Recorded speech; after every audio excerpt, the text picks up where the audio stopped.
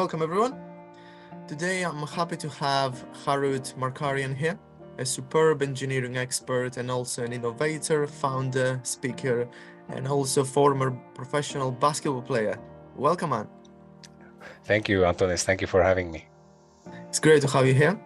Do you want to tell us a little bit more about your background?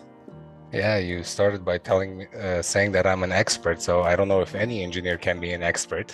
We can have a lot of knowledge, but I think we are continually learning and improving our knowledge. I guess that's at least that's what I think an engineer should how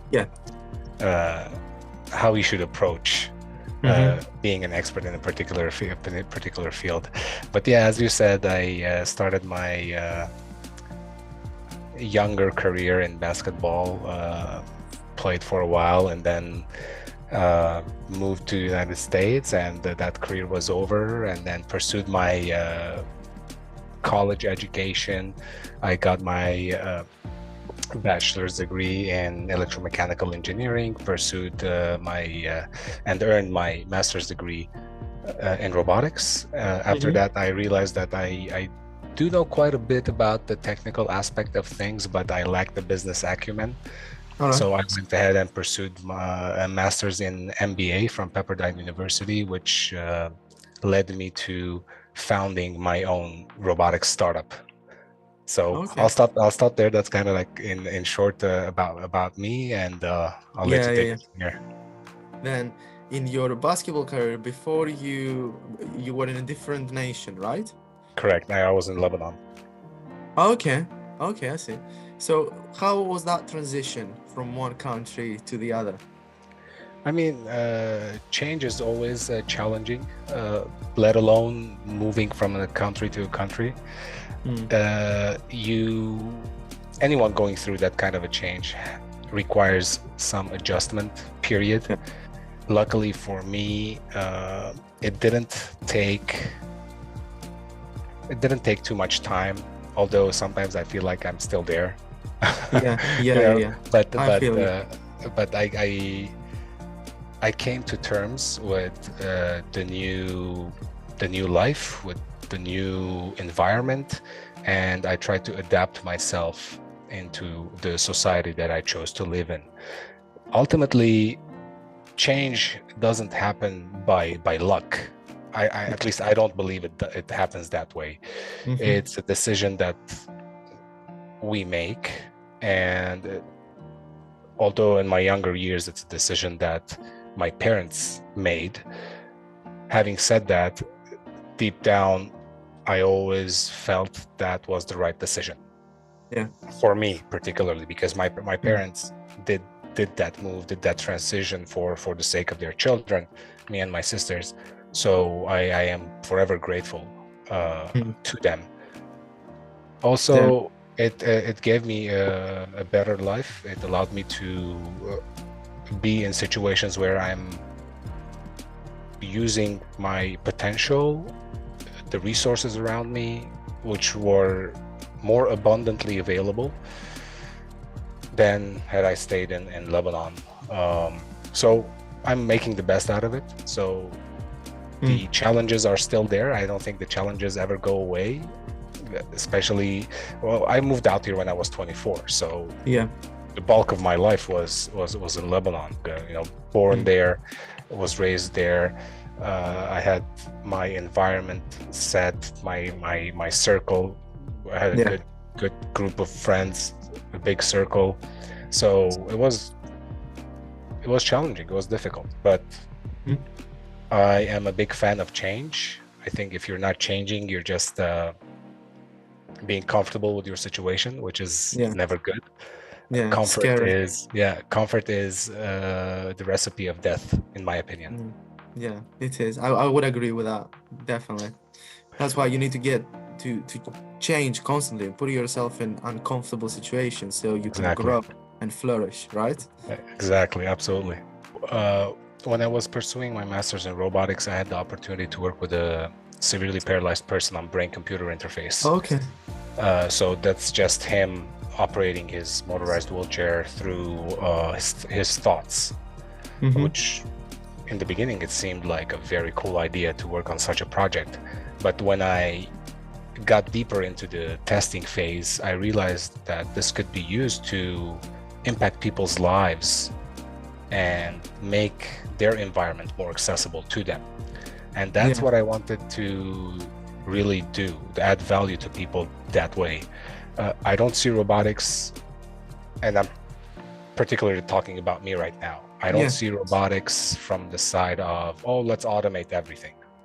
I see robotics from the side of, let's allow people to be more accessible in their lives. Let's give them the independence that they need so they can grow old with dignity and not depend on others to perform certain tasks for them, especially the more intimate tasks. So and you asked about how do I add value. So when I founded the company, I really didn't know how I was going to add value. I just had this thought of using robotics to impact people's lives. For the better, of course. So I started going around and basically engaging customer discovery. So going around asking people, specifically people with disability, older people with mobility challenges, how can a robotic technology improve your life? Whether that's in independent living facility, assisted living facility, in-home setting.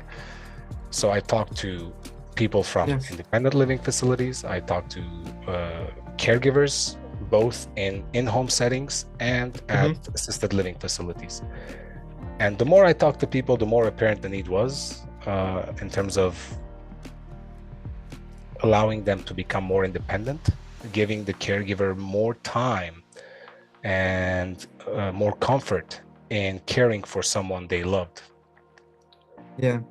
And that's amazing. Carry on.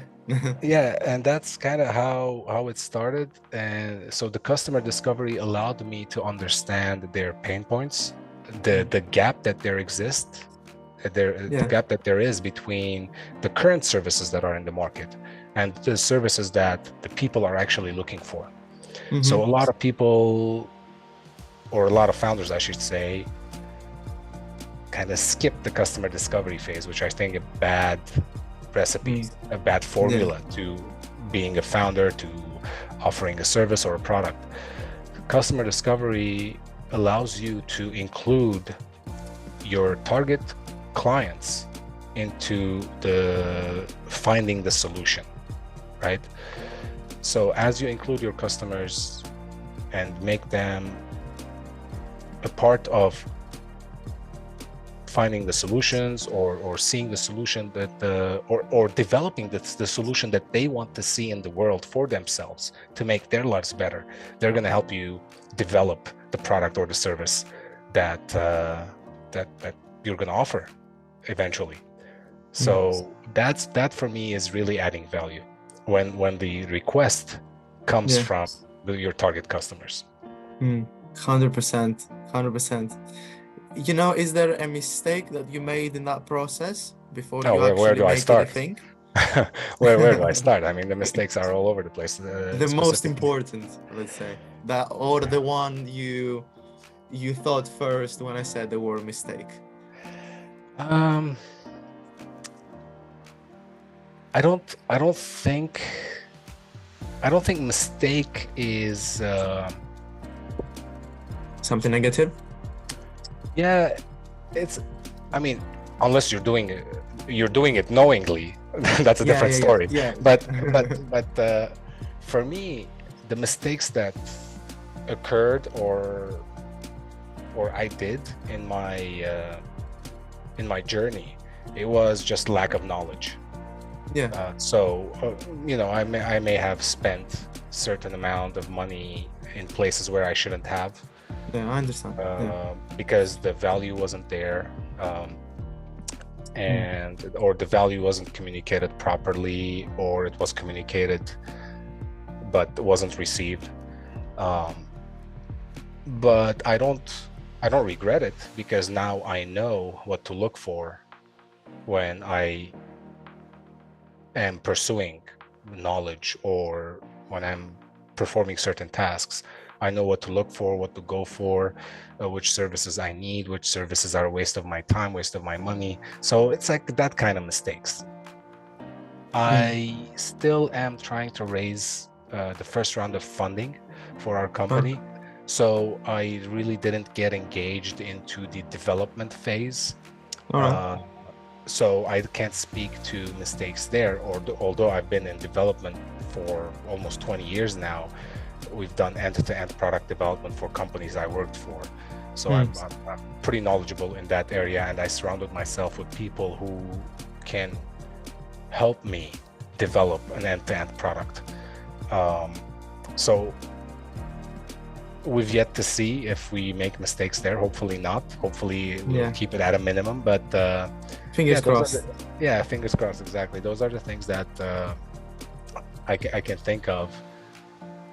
I mean, challenges are going to come your way all the time. You just adjust, adapt. Hopefully you seek counsel from people who are much more knowledgeable and experienced than you, and that should guide you down the right path. 100%. Is there a question you get asked most often about your idea?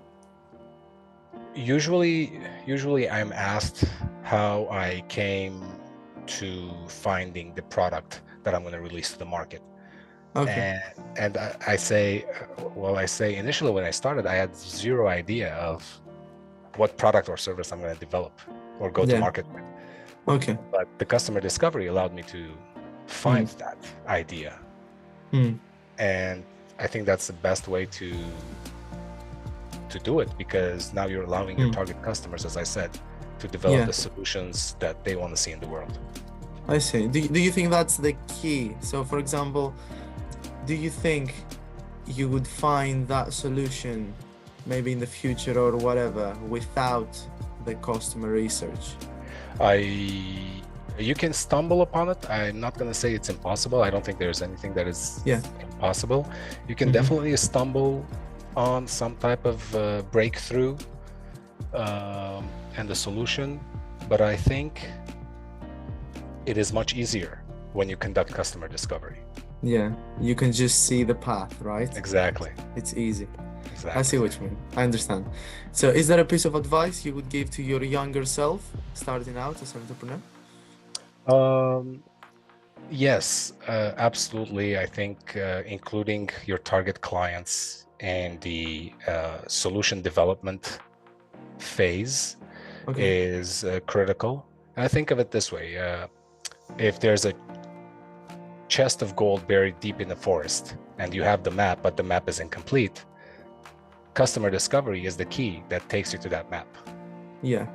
And takes you through that map to the chest of gold. If you don't have customer discovery, you might never reach. I mean, you're risking never reaching your target. Yeah, I understand. It makes sense.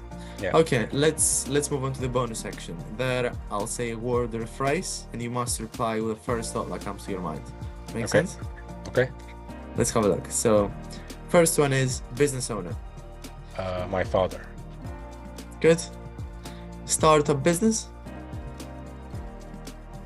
2023, because that's when I started my startup. Cool. Engineering. Multidisciplined. Professionalism.